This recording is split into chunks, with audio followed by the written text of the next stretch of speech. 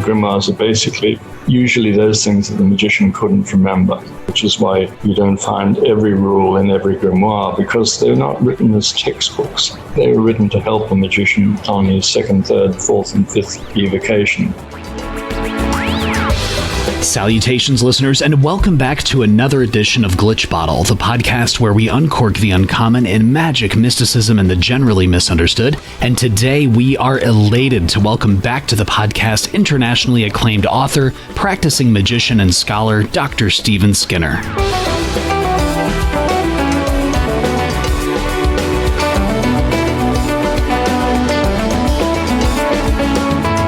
As usual, it is always an honor to have Dr. Skinner on the podcast, and we are so grateful for his time and wisdom. In this episode, Dr. Skinner answers your excellent Glitch Bottle Patreon listener questions about Solomonic practice, the grimoires, how to recite practice invocations or evocations without bringing undue attention upon yourself. Dr. Skinner shares about the importance of working in a remote location versus working in a heavily populated area. He touches on the differences between magic, the mystery traditions, and religion. He also shares about the pressure that other people's thinking can have on spirits. And he also shares what he calls his own collection of bound spirits, which I think you'll find fascinating. And Dr. Skinner shares about what you should consider the first time you successfully evoke a spirit, and so much more. And now to help us uncork the uncommon, let's welcome back Dr. Stephen Skinner.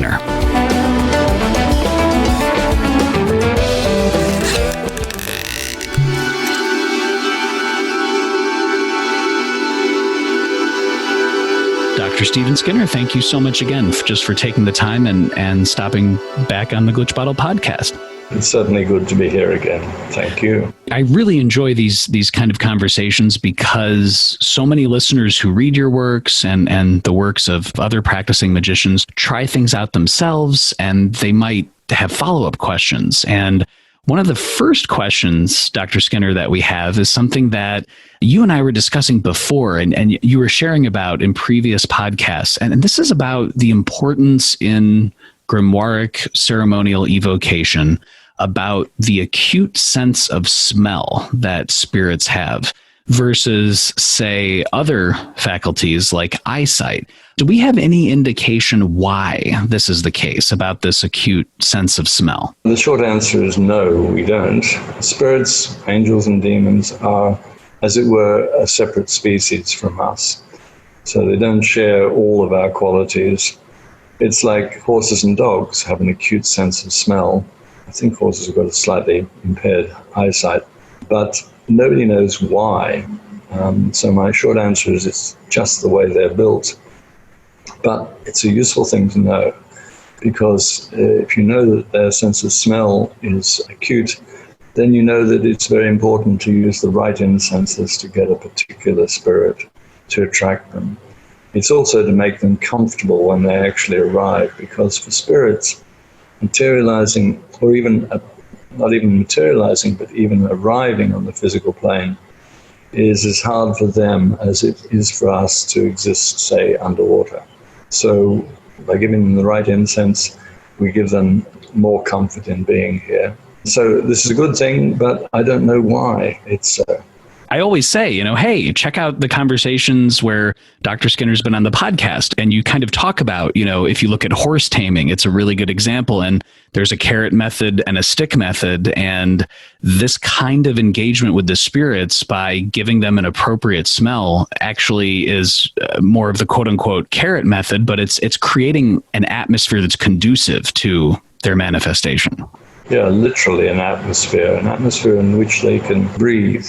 I mean, part of the technology of evocatory magic is you use the appropriate incense to draw them, and then if you want to send them away, then you burn something like asafoetida or some less pleasant things that I won't talk about, which will aid in driving them away. So the normal thing is to give them a license to depart when you've finished, but if they're still hanging around, then you burn these unpleasant smells.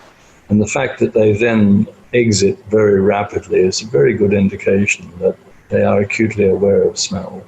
I think in A Cunning Man's Grimoire, one of the passages there, when it's talking about incense, I think it devotes just many, many paragraphs to the appropriate incense, but it says that incense has a dual function, which, as you said, is to, shed a very pleasant smell, but it also covers up if there's perhaps not so pleasant smells in the area as well. Yes, and we can talk about the smell of human bodies, which spirits actually don't like. The ancient Egyptians used to not only wash very thoroughly before such rituals, and modern evocatory magic, it is common for the master and the other attendees to wash thoroughly beforehand, and even to anoint themselves with pleasant smelling things, so that the natural smell of the human body, which is not unpleasant to humans, but certainly is to spirits, is then masked. In terms of that kind of engagement and getting the spirit's attention and creating an atmosphere, we do, Dr. Skinner, have a question from Tamam. Tamam is asking, Dr. Skinner, in Agrippa's fourth book, the word love is used only once in the evocation of evil spirits, of all places, where the operator, after initial prayers, it says, quote, then let him begin to invocate the spirit which he desireth with a gentle and loving enchantment to all the coasts of the world with the commemoration of his own authority and power, unquote. And Tamam is asking, what is Dr. Skinner's tone when evoking a spirit? Lovingly implies perhaps a gentle building of magical tension. Can you share about this, Dr. Skinner? Yes, I can't say for my own practice that I'm ever particularly loving about spirits. I treat spirits slightly warily. They are not 100% loving of humanity, and they're definitely not loving of being called from wherever they come from into an unfamiliar environment. So although my tone might start off fairly level to start with, if they do not turn up, then my tone will get more and more forceful, shall we say. I know you touched on this, Dr. Skinner, a little bit in the Ars Notoria discussion, which is coming out later on, but for instance, even with holy names, it's fascinating to me to hear how different people approach that. So, for example, Adonai, the holy name of God in the Jewish tradition, I've heard people say things, Adonai or Adonai, or like there's such a different range. Does the range or the tone matter in terms of the efficacy of the operation? That is a very good question. The long drawn-out tones are really probably the vibrating of God names, probably a Golden Dawn legacy. I don't think prior to the Golden Dawn that there would have been much long drawn-out. Most of these God names are in a different language, like Adonai is Lord in Hebrew. And so you are talking in a different language, and the English-speaking world is not really good at talking in other languages. Certainly I'm not that fantastic at it. So it's hard to lay down rules, but I think the main rule must be do it clearly and unhurriedly. One of the least productive things to do is to gabble an invocation. You lay every syllable, every phrase in the invocation down like an orator so that it's clear. And so any spirit who happens to be within audible distance on whatever plane actually gets to hear it and gets compelled by it to come to you, which is, of course, the objective of the whole operation. Can you talk to that point, Dr. Skinner, about the importance of memorizing? And I was just having a discussion with another magician about this the other day. We were looking at the English Key of Solomon from 1572, one of the earlier keys of Solomon, and it says that, the master should go to the circle. One of the associates should hold open the book filled with all of the necessary conjurations and exorcisms. And the discussion I was having with this other magician was, if you memorize all of these, you wouldn't necessarily need to have a book open necessarily. And the other person was saying, well, but if the book is called for in the grimoire, you certainly must have it open regardless. So can you just kind of share your thoughts on that whole thing? Well, first of all, I would always have the book present because there is always the more forceful, commanding operations further down that you might not necessarily memorize. I would memorize, say, the first three invocations in the Goetia And simply for practical reasons that you don't want to be looking at the paper in the candlelight and trying to figure out where you're up to, or even being able to read it and somebody else is holding it for you and shaking and whatever. This is not good. You need to be there in command. You need to be able to look around and see the first hints of materialization, or the first hints of the arrival of a spirit. Don't get me wrong, full materialization is very rare. Partial materialization happens, but more often you will get happenings like knockings or slamming of doors, or the change in the light, or a sudden spotting in the air, which indicates that the spirit has arrived. That's as much as the spirit really wants to do. It doesn't want the effort of a full materialization. Obviously, in your magical career, you should do it once or twice just to see a full materialization. But I can't say that I do succeed with that every time. But I need to see something that indicates the spirit has definitely arrived. So if I got my nose buried in a stapled bunch of typescripts or into a book, trying to find my place, it's not going to work. You're not there with full concentration. So as Alexander said, the best thing is to memorize it. Then you can go over it, you can repeat yourself if necessary and go back to the beginning. It's all much easier. Some people say to me, well, how do you memorize it without doing a live recital, which might actually cause it to happen? And the answer is, well, if you're going to do a live recital to practice, you just leave the God names out, and the name of the spirit you leave out. However, I have, in my early days, done rituals where I've been reading it in the candlelight, and it has still worked. So it's not a hard and fast rule. It's just more efficient to do it, and you're more in control. Evoking spirits is not really about love and cuddle. It's about being in control. As on previous occasions I've several times said, it's a bit like taming a wild horse. The horse doesn't want to be there.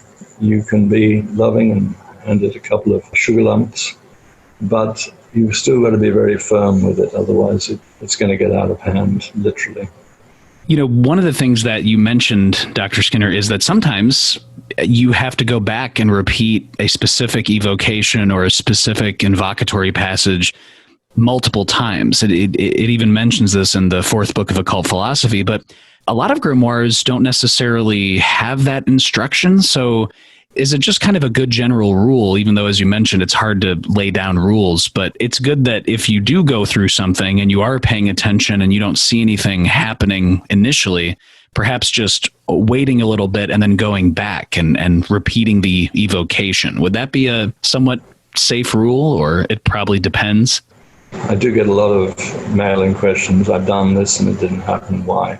And I find frequently I ask, well, how many times did you read the invocation? Oh, just once. And nothing happened? No, it didn't. And so then we packed up and went home. No, you've got to be more persistent than that. And you've got to sometimes go back, you sometimes even read the first one 3 or 4 times, and then the second one 2 or 3 times, and then the third one 1 or 2 times. You've got to be prepared for that. Evocation is not easy. Evocation has got to be approached like the hard work that it is. But if you put in the hard work, then you'll get the results. You've got to be prepared to repeat. And the fact that not every grimoire tells you this is simply a function of not every grimoire tells you every rule. At one stage I thought, well, I'll write a grimoire, my own grimoire if you like, and put all the rules in there. And as this file got larger and larger and larger, I just thought, no, this is pointless. Because grimoires are actually the bits that the magician can't remember. And so he's written them down. It's only when you read a large number of grimoires that you finally absorbed most of the rules. And then other rules will come up in due course from practice. So practice then indeed makes perfect. So yes, repetition is necessary. Good incenses are necessary. A firm, commanding voice is necessary. You don't have to vibrate or drag it out. Just don't gabble. You've laid this to rest before, Dr. Skinner, but I was in a recent conversation where someone said to me, well, I hear that when you're just starting out at evocation, you're supposed to be prepared to spend hours and hours of work in one operation.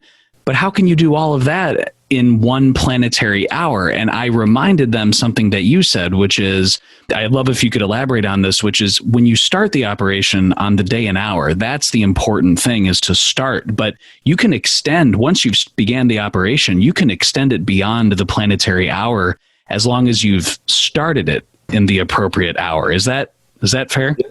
You're absolutely right. Obviously, in a perfect world, we would all start within the hour and finish within the hour.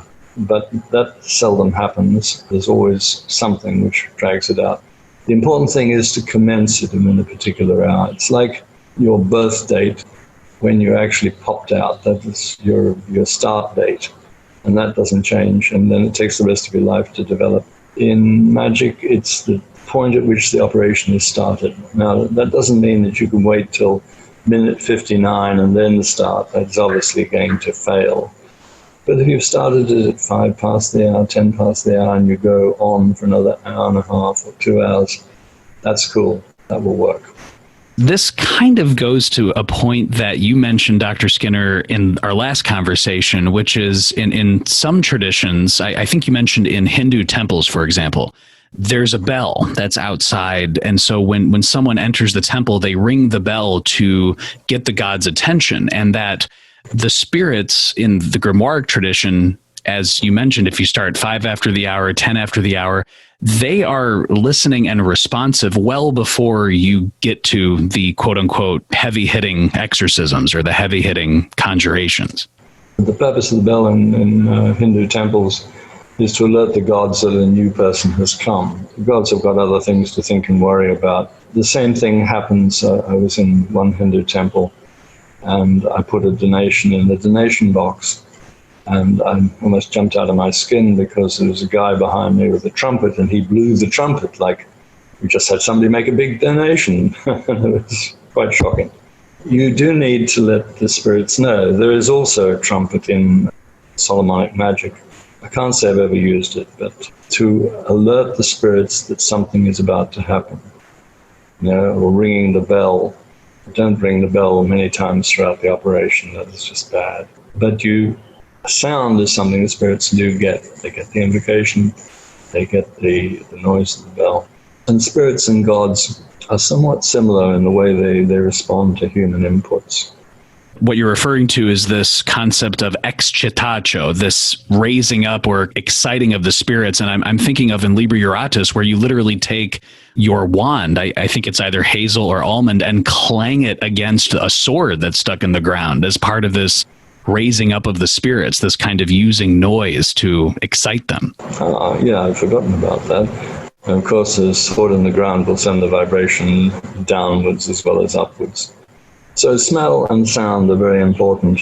What you wear is important, that you wear a Solomonic dress, that you wear preferably white. That's always important.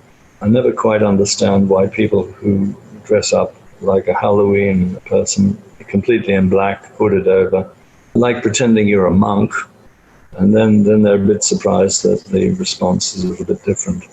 I just tend to go back to the Egyptian model, and the Egyptian model was purity. The magician needs to be pure. He needs to be dressed in white. He needs not to smell. He needs to have said his prayers and things beforehand. Or in a Catholic concept, you need to confess, so you've dumped your sins as well. But we won't go into that. It's purification that's necessary first. Just to kind of take a big picture look, Dr. Skinner, as well, we do have a listener question from Sanjay, who is asking, hello, Dr. Skinner. In a previous interview, John R. King says that magic is a noble art and it shouldn't be considered spooky. And John talks about what he calls a magical renaissance, where magicians use operations to achieve big results. For example, like influencing investors and innovation for space travel. In your experience, Dr. Skinner, Sanjay is asking, is magic a ruthlessly practical tool for material results, or have you also evoked or invoked spirits for these kind of big picture projects, as it were? Thank you, Dr. Skinner. Okay, you've got three questions there. First of all, is it for practical purposes? The answer is yes. There are three different modalities. One is magic, one is mysticism, and then the third one is religion. We won't talk about religion. Mysticism and magic are quite often mixed up. Aleister Crowley was quite responsible for a lot of that. They are not the same. Mysticism and indeed Raja Yoga are for making interior changes in your own body and soul. This is not magic. Magic is for making external changes in the world at large. One exception, which has been occupying me lately, is the Ars Notoria, which is to improve your memory and enable you to absorb subjects. But on the whole, magic is to do with external, outside world things. John King has obviously been involved in projects which are a lot larger in scope than things that I've been involved in. And so it's excellent that somebody is doing that because he is a magician who does know what he's doing.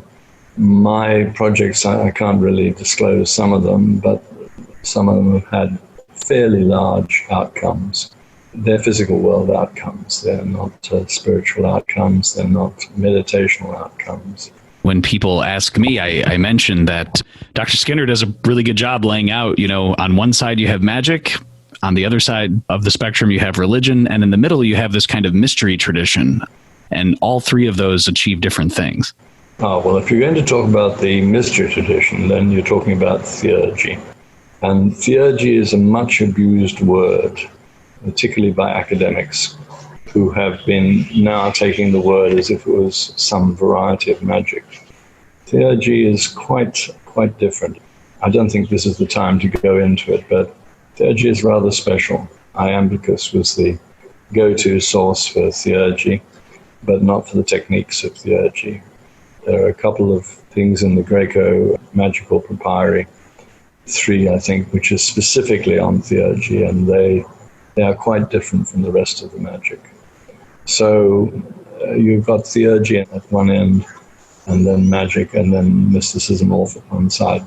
Now, Crowley published something called Book 4, and the first 2 books, first one said it was about mysticism, but in fact it was strictly about yoga, stuff that he'd learned when he was in Sri Lanka. And then the second one is about magical equipment. And then the third volume is Magic in Theory and Practice. But he tried to suggest that you need one to mix up with the other, but you don't. They're completely different. It's like you don't need gardening and cookery to be mixed up. They both use stirring tools. They both take time. They both involve organic materials, but they're definitely not the same. So magic and mysticism also are not the same.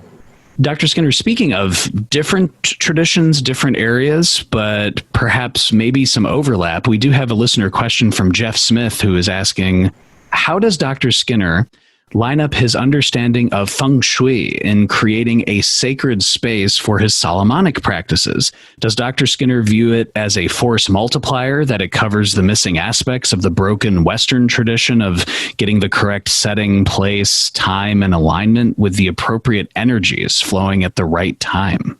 Oh dear. My first reaction to that question is definitely, oh dear. Jeff has mixed up all sorts of things. The idea of sacred space, which was probably brought into westernized feng shui early on by somebody like Karen Kingston, is not central to feng shui. Feng shui is not about making a nice environment. It's not about putting flowers in the right vase in the right corner of the room. Feng shui, traditional Chinese feng shui, rather than what has been made of it in the West, is about changing the life of the people living in the house, specifically changing their luck. In fact, some of the old Chinese masters used to refer to feng shui as luck engineering. It is not to make a sacred space.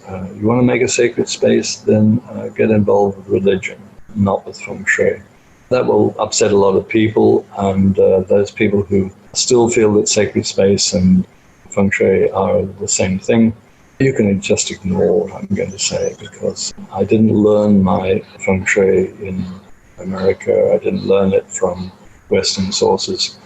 I learned it in Hong Kong and China from Chinese sources. And the Chinese are ultimately practical people. You can see by the way China has moved forward that they are ultimately practical people. They want to change things that happen to the people inside the house. So when I have clients who come to me and ask me to fix their feng shui, the first thing I ask them is, what do you actually want fixed? Your average client out here in Singapore will say that they want more wealth, they want their children to succeed in the examinations, etc., etc. They will seldom say that they want a new girlfriend, things which you would hear in a Western context. So the short answer to Jeff's question is that no, feng shui does not produce sacred space, and sacred space is not, that kind of sacred space is not necessary for magic. Magic, evocatory magic, you delineate the space with the floor circle on the ground. That's something that's been done for thousands of years. You draw the line. In my case, early on I painted it on canvas, and I still unroll my original circle when I'm operating. I tried others as well, but I like to go back to my original hand-painted circle. And you emphasize that circle with the blade of a sharp knife or a sword. And the spirits will stay out of the circle. In fact, some people have said to me, well, why does a line on the ground or the passing of a sword over it keep the spirits from crossing the line? And I say, well, it's not exactly psychological, but it's a bit like people in a immigration queue, at least an immigration queue in a Western country. Nobody rushes up to the counter demanding to be served immediately. Nobody crosses the yellow line. Everybody obediently stands in the line. Now, there's no wire fences. There's nothing that stops them from doing that, but that's the accepted practice. And so for spirits, it's the accepted practice that they do not pass over the magic circle. So feng shui and magic don't really cross over. My interest in both those fields is because they are both practical.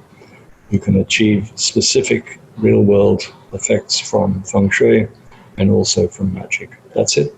As you said, there's this practicality. I mean, of course, if you're doing a Solomonic ritual and frankincense is wafting through the air and soft tendrils, of course it smells fantastic, but that has a very practical aspect to it. It's not necessarily about making something a sacred space. It's more about creating an atmosphere for the appropriate spirit to manifest.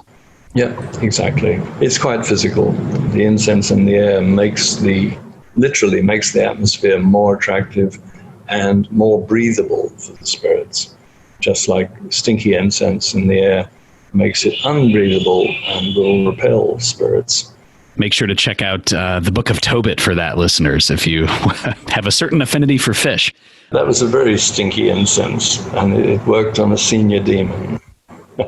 Yes, it did. And in terms of the proper atmosphere, Dr. Skinner, one of the most important things, in fact, one of the first things I believe in techniques of Solomonic magic that you emphasize before the circle, before the phylactery, before memorizing the evocations or the invocations, is to make sure to select a proper space, a proper location for the operation. And we do have a listener question to that point from Etch, who is asking, I have listened to Dr. Skinner discuss on a couple of occasions the difficulties of summoning spirits in population-dense urban areas. For those of us who live in cities without the easy availability to countryside homes or other usable structures for practicing magic, how can such limitations caused by large cities be decreased? Well, that's a question many people ask, and there's no easy answer for that. If you are in a very congested area with lots of other people around, lots of noise, lots of people thinking, that creates a pressure on the spirits as well. Mostly they won't come because, I won't say they're scared, but they don't like that. Again, if we take the example of wild horses wouldn't come of their own accord either. You have to go out into the mountainside and find them and catch them and then tame them and then tell them what you want them to do. The same with spirits. If you work inside the limits of a city, You're just making it much more difficult. And then if you fail, you say, oh, magic doesn't work. But no, magic doesn't work in that environment. Almost all grimoires have said that you need a quiet, solitary space. There's also a practical reason that if you're dressed in robes and you're saying some strange words and waving a sword around, and you do it in a heavily populated area, you're more likely to attract attention of neighbors and possibly even the police. So from a practical point of view, you shouldn't do that. I have found that working in the countryside or in an abandoned, at one stage I was lucky enough to have an abandoned castle to work in, it was much, much easier. The spirits came faster, more happily. So you're just stacking the odds against your operation succeeding. Now, urban witchcraft in America and in the UK frequently uses the front room to do whatever they do, but this is not nearly as difficult as actually calling up a spirit to manifest to be there. So take my advice and go somewhere where it's going to be easier for the spirits and consequently much easier for you, unless you're prepared to have a number of failures. I don't know if this would help Etch out at all, but I do remember, and I can't remember when this was discussed, Dr. Skinner, but if you are operating in more of an urban environment, as you mentioned, if you're around a lot of thinking that puts a pressure on spirits, does it help to do an operation if you must do it, like Etch is saying, that you do it in the middle of the night or at 2 or 3 a.m. when everyone's asleep? Does that help at all, or does that not really matter? No, that is helpful. I mean, 3 or 4 o'clock in the morning it may not necessarily be the right planetary hour, although there are late night planetary hours. People might think it's strange that I talk about the pressure of other people thinking, but anybody who's had to work late into the night and write an essay hyped up on coffee will know that it becomes somewhat easier when the pressure of other people thinking fades away as they all go to sleep. And for the spirits, it's the same thing. So yes, that might be a better thing. The other concern is it's not terribly good to have other members of the family or your children on the other side of a thin wall. I'm not saying that the spirits would take unpleasant advantage of that, but it's not a 100% safe thing to do. John King has said some stuff about this that you can read it in his blog. But arranging to go into the country, perhaps not in the dead of winter, is not that difficult. I guess I was lucky that I had a place in France which had a small wood attached to it and a clearing in the middle, and then that was always good. So you don't have to buy a country holiday home, but there's always forest lands available. Certainly there must be in the US, because there is in the UK. And hopefully, Etch, that can give you some good direction, and certainly thank you for the question.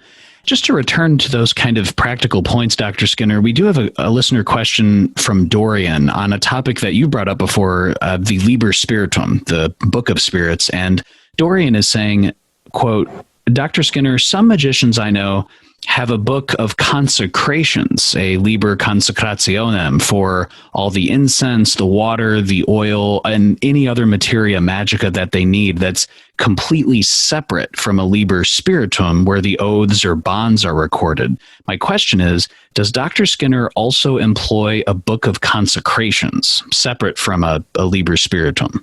Yes and no. Your description of the Book of Consecrations is really a description of a grimoire.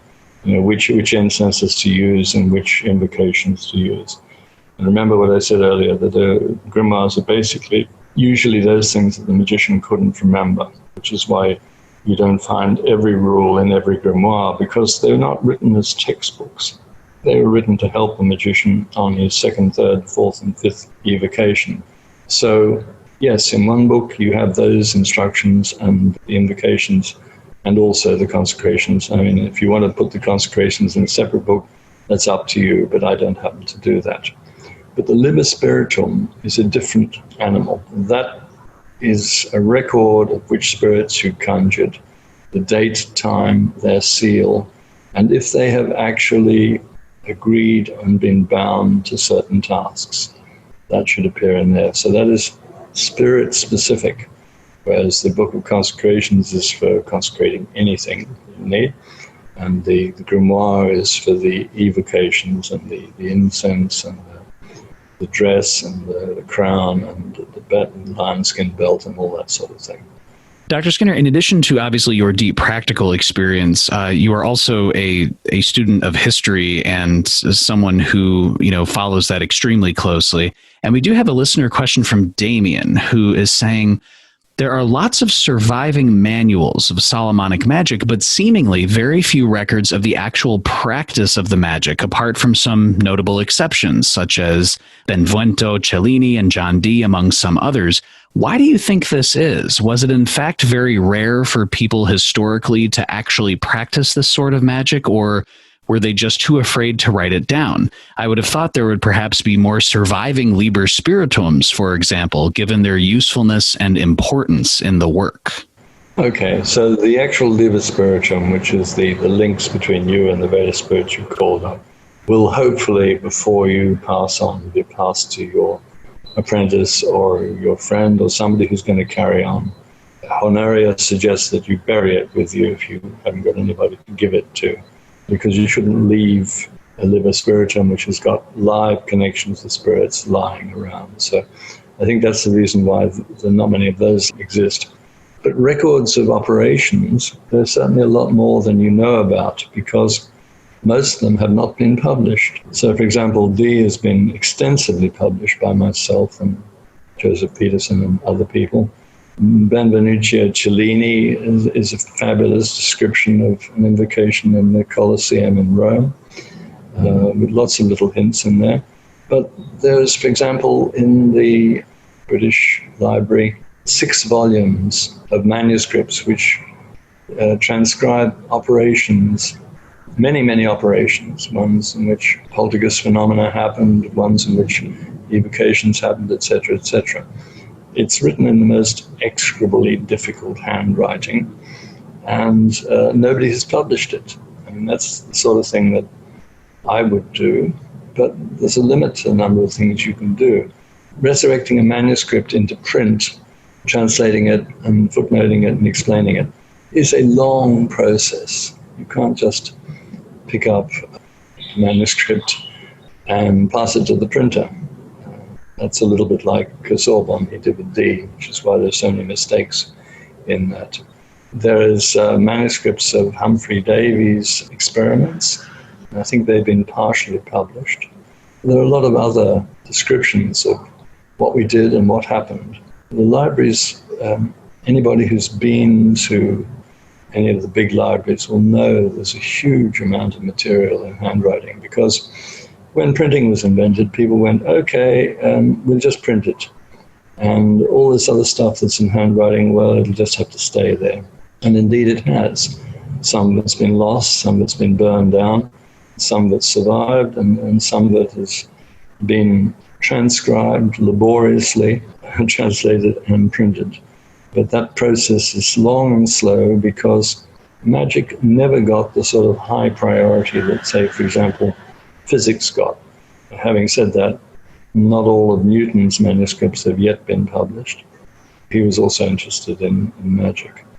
But I'm sure even his physics and mathematical stuff hasn't been entirely published.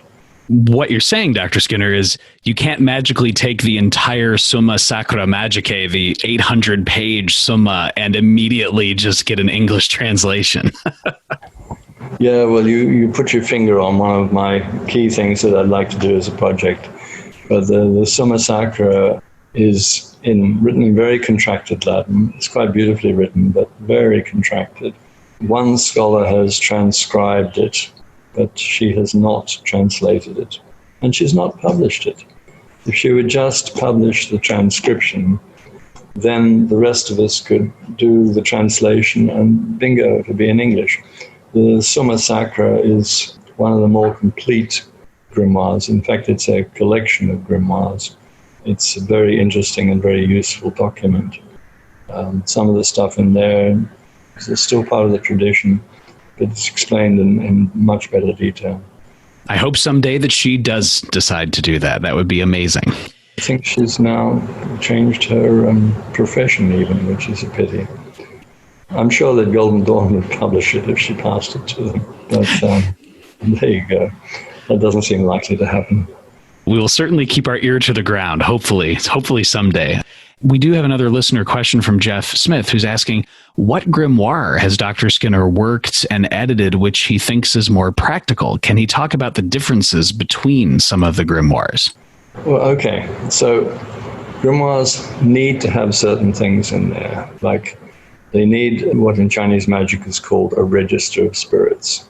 The Goetia is a classic register of spirits with 72 spirits. But the Key of Solomon, it's got talismans and things, but it doesn't have a full register of spirits in there. Abramelion's got a register of spirits. So any magician needs to know the names of spirits in order to call them. You can't just invent a name and call it. My personal preference, of course, is for the Megaton, which includes the Goetia, simply because it is complete registers of spirits. Now, in Chinese magic, you are given by your instructor different spirits to evoke. And when you have proven by evoking them and showing results that you've mastered it, one register, then you will be given the next register. That is how you get elevated in that tradition.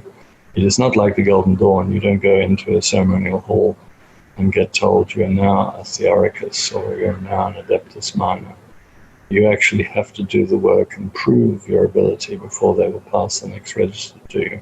However, in the West, we're lucky because some of these registers have been published. The names of the grimoires I've already mentioned. To kind of go along with that line of registers and different kinds of spirits, here's a question from Mark Williamson. And I know that both yourself and David Rankin have talked a lot about this, which is about planetary magic and planetary spirits. And Mark is asking, has Dr. Skinner ever evoked a planetary intelligence to physical manifestation? If so, what was the buildup like? How effective was the ritual? What was it like being in the being's presence? What grimoire would you advise? There's just a lot of questions about the planetary aspect. Okay, so for a start, if you're going to get involved with planetary magic, your starting point should be David Rankin's book on planetary magic. The personal question, have I invoked planetary spirits? The answer is definitely yes. And have I invoked them to physical appearance? The answer is no, but I've evoked them to appearance, i.e. physical results in the room which prove that they've actually appeared. I have evoked other spirits to physical appearance, but not the planetary ones. One of the first planetary spirits I evoked was Tabthatharath, which I think I've told the story in one of Glitchbottle's earlier episodes, where we got quite unexpected but very concrete results from that because we short-circuited the operation at the end. But that is, as they say, another story. Oh, yes. I believe this was at university, and one of the companions in the circle uttered the name of a specific author, and the very next day or a couple days later, a car arrived with a bunch of this author's books that were just dumped on the side of the curb. Is that the operation I'm thinking of? Let me say specifically, it wasn't. It was the very next morning, the station wagon turned up with, and I'm going to name the author because then people will know the size of this thing.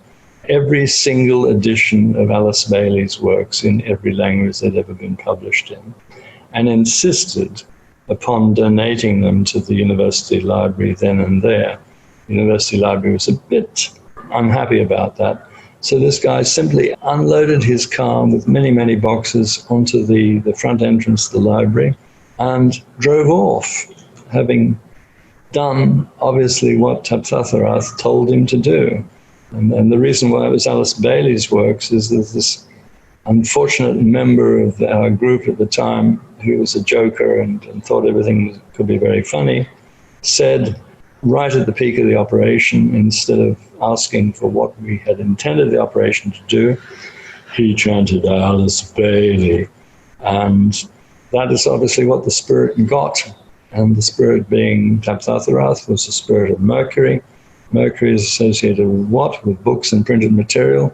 So he immediately went and fetched it and forced this unfortunate person to drive up in his car the very next morning and dump all of Alice Bailey's works outside. So I count that as a successful magical operation, but an unfortunate one. This particular individual has now passed away, so I can talk about it. But you don't want to short-circuit an operation if you can possibly help it. You need to actually declare the intention, declare what you want as specifically as possible. You've touched on this before, Dr. Skinner, but one of the important things too is something that you've said many times, which is, being clear with what you're asking for, and that a lot of the magicians, especially the English magicians, for example, in the 1700s, had almost, because many of them were lawyers, had very legalistic requirements, and that thou shalt do this and do not harm the aforementioned companions here, now, or forever. There's very almost a legalistic phrasing. Do you find that legalistic phrasing, does it carry over into your practice or into the 21st century, or can you kind of adjust that a little bit? No, you need to be clear. And the one thing that's really good about lawyers is they tend to write down all the possible things and block them. So if we'd really wanted Alice Bailey's books, we would have added other writers and things. The angel magicians in the late 1600s were not just lawyers, they were very senior lawyers, like the, I forget the exact title, Lord of the Rolls, but these are the most senior legal people in England, had one of the largest collections of angelic grimoires. And despite people throwing some questions about that, I'm sure they used them. So these most senior lawyers, they did very detailed instructions to the spirit. So the spirit did what it was meant to do. If spirits can get away with doing something that's a bit of a laugh, they will. So an example of this is the agreement with the spirit Padial, which I published in the back of Dr. Rudd's Goetia. And now that shows you the sort of requirements that you've got to lay out, because otherwise they will answer you with the letter of the law, but not the spirit. I mean, there's one famous contemporary magician who asked the spirits for a particular amount of money. It was a very precise amount. I'm telling you this secondhand, so this is not my first-hand experience. I'm just relating it because it was a great story. Subsequently, his house burned down, and the insurance payout for the house was exactly the amount that he'd asked the spirits for. And this is the sort of thing the spirits will do if they get half a chance, because they're not cuddly puppies. They are independent entities, and they're not always very happy about being bossed around, which is why you have to be fairly firm with them. Again, like horses, you have got to actually put a bridle on the horse. You've got to actually train it to do things. You can't just say, please, Mr. Horse, will you take me on your back and take me to this town or that town? Likewise, spirits, if you want to be transported somewhere, you've got to be very specific. This is something I think that is in that agreement with Padial. I think this is also in the Mysteries of Magic that you published as well. But can you talk, Dr. Skinner, just a little bit about one of the important things in a lot of these agreements, in a lot of these initial bonds or oaths, is when the spirit is first evoked successfully, instead of giving it a laundry list of things in a legalistic way even that you'd like to have happen, a lot of these grimoires, I'm thinking of Mysteries of Magic, talks about how one of the first things you should do is not request anything of it, but merely to elicit an oath from it to appear more readily the next time. Can you share a little bit about that? Absolutely right. I mean, I know a lot of modern would-be magicians just want to see things, have things happen, etc. But if you're going to be serious about being a magician, then you should approach it in a more stepwise fashion. This is actually a recommended step, which is when you've called the spirit and you're sure it's there, you then get out of it an oath which says it will come when called next time and will not piss around and force you to make the invocation again and again and again. So you get a much more rapid response next time. So you bind it with an oath that it will come back. You're absolutely right about that. You finish up with a collection of spirits which are bound by these oaths. My own collection I refer to as the Hoard. You might actually see that there's certain similarity with the publishing company's name, but yes, my collection of bound spirits are the Hoard. That brings up something that you so eloquently touch on, Dr. Skinner, in the Goetia of Dr. Rudd. I'm thinking about specifically, which is how to actually record the oath. So, for example, you mentioned that ideally in a perfect world situation, and please correct me if I'm wrong, you write out the entire oath, the entire initial binding oath in your Liber Spiritum. The spirit arrives, you kind of inch it with your sword across the barrier of the circle into a consecrated triangle or a triangle drawn, and the spirit ideally will impress its signature or some kind of mark upon the Liber Spiritum. But you also say in the Goetia of Dr. Rudd that that's the ideal situation, but typically either, writing down an impression of a signature that you have or writing something down afterwards might be, or even a verbal agreement might be a more common thing. Can you share about that? Yeah, so the first base is that you get them to swear that they will do that.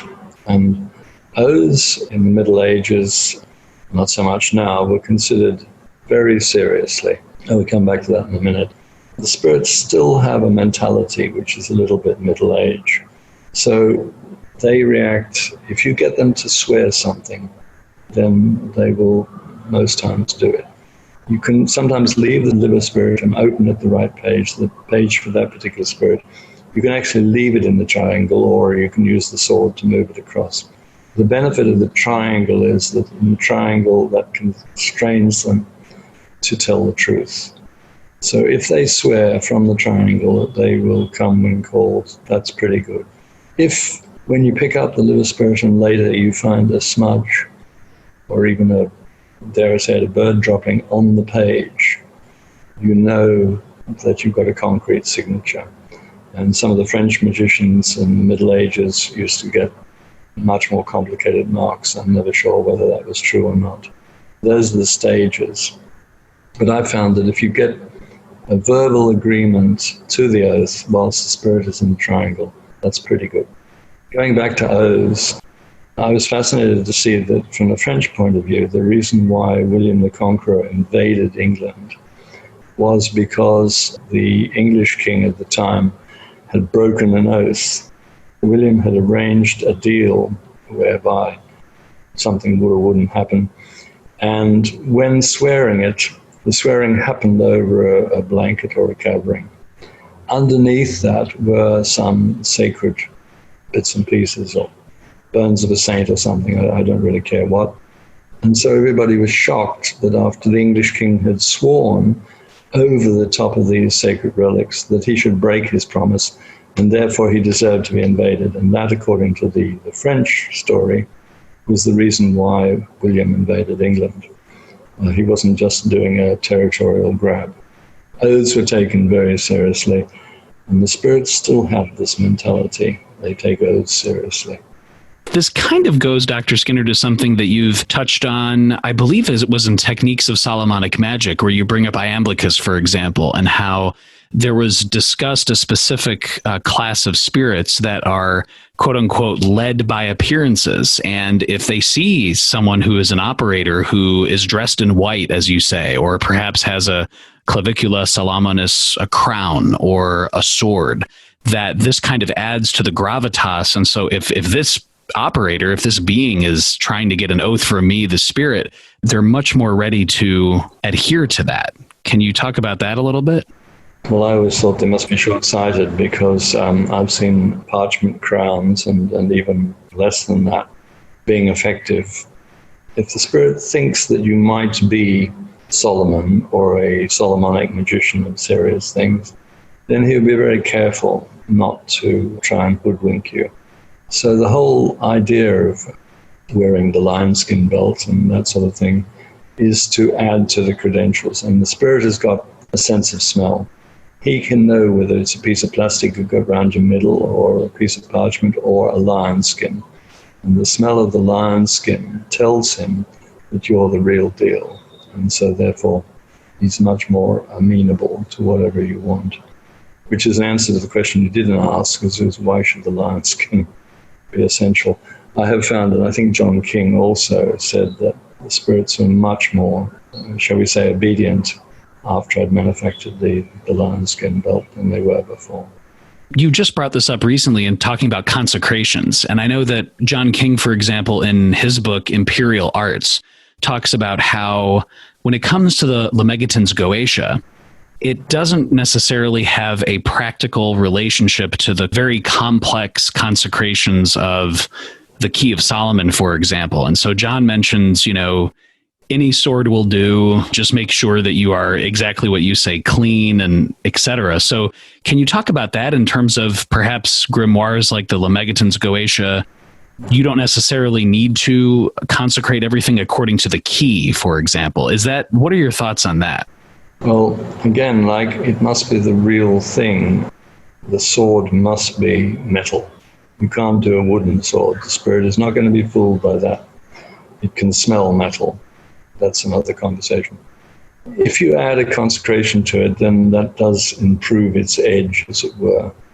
People go, well, do I need to have a priest consecrate something? And the answer is, well, not really, because you need just to say the words and have the appropriate attitude over it. And that improves as it were, the holiness of that item. But yes, I agree with John. If you have a sword which has got the appropriate inscriptions on it, and it's metal and it's sharp. Sharp is important. They can tell the difference between sharp and blunt, and they can tell the difference between a steel or an iron sword and a wooden sword. These are all things that I've picked up over a period of time, and they've always been fairly surprising to me. Going back to the Alice Bailey story, Dr. Lasuski, I know, and others have kind of intimated that the spirits actually need the actual incense itself to use as kind of a physical anchor for manifestation. But if I'm recalling correctly, in the Alice Bailey story, all of the incense got sucked out via the air conditioning. So the incense did not remain in the room itself. Can you talk about if the spirits, actually need the incense versus just having the incense there? Yes, in the operation that I spoke about, we had the problem of finding somewhere suitable to work, and the country wasn't available. But one of our colleagues in one of the universities made available a sound recording studio, which was great, because we made a really clear tape of the whole operation. But the sound recording studio had excellent air conditioning, and as we burned incense, it sucked it out, and as we burned more incense, it sucked it out even faster. So all I can say is that, well, at any one point in time, there was always incense there because the guy responsible for incense just kept piling it on. Aircon mercilessly took it away.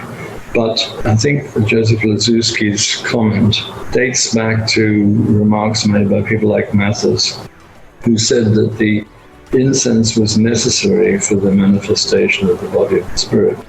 And that's not correct. The incense is not used to manifest the image of the spirit.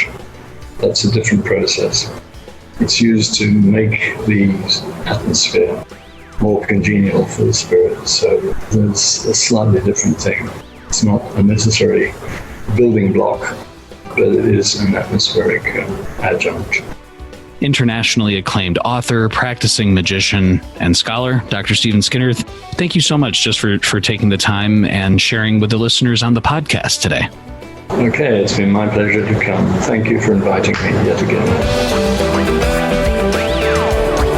Listeners, I hope you enjoyed the chat with Dr. Stephen Skinner as much as I did. His wisdom, his historical context, and his practical advice about grimoire practice is always so helpful for those who sincerely want to practice grimoire magic in order to sharpen their skills and understand why certain procedures and operations are used. And your wonderful Glitch Bottle Patreon listener questions were fantastic. If you are interested in getting a few extra perks as well as supporting the Glitch Bottle podcast to keep the esoteric engines running and the lights on, please consider becoming a patron on patreon.com/glitchbottle. And as always, you can subscribe to Glitchbottle on YouTube, Spotify, Apple Podcasts, Spreaker.com, and Stitcher Radio. And I hear tell that if you leave a multi-star review on Apple Podcasts, it might just rearrange the universe. As always, this is Alexander Eth reminding you to invoke often, uncork the uncommon, and keep the light.